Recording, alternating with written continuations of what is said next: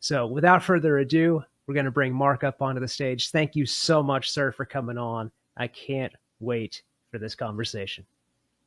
Hey, thank you. It's my pleasure. Glad to be here. Absolutely. So let's just start from the beginning.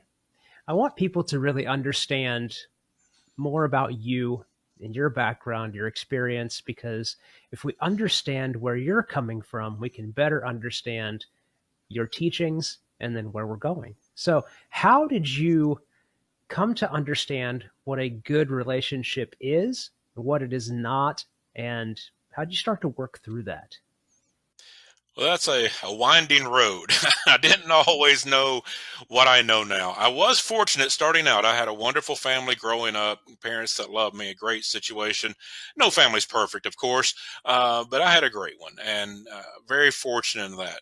But one of the things about relationships is you don't learn everything you need to know from your family, even if you came from a good family. And you especially don't know everything you need to know if you came from a dysfunctional family or certainly an abusive background or anything like that. Relationships are a learned skill set, and I learned that the hard way. Even though I came from a good family, I ended up early in my life in a first marriage that was completely toxic, disastrous situation, very painful experience that ended in divorce. And I still have the emotional scars to show for that.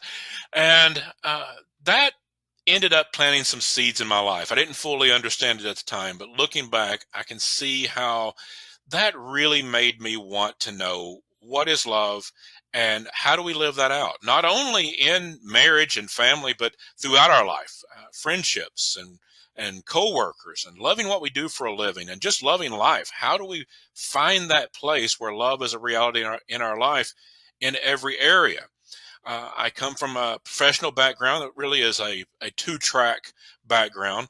I have a master's degree in mental health counseling. I've worked in hospitals and clinics as a therapist in a number of different settings. I also have a background in theology and spirituality and have worked in ministry and in mission work.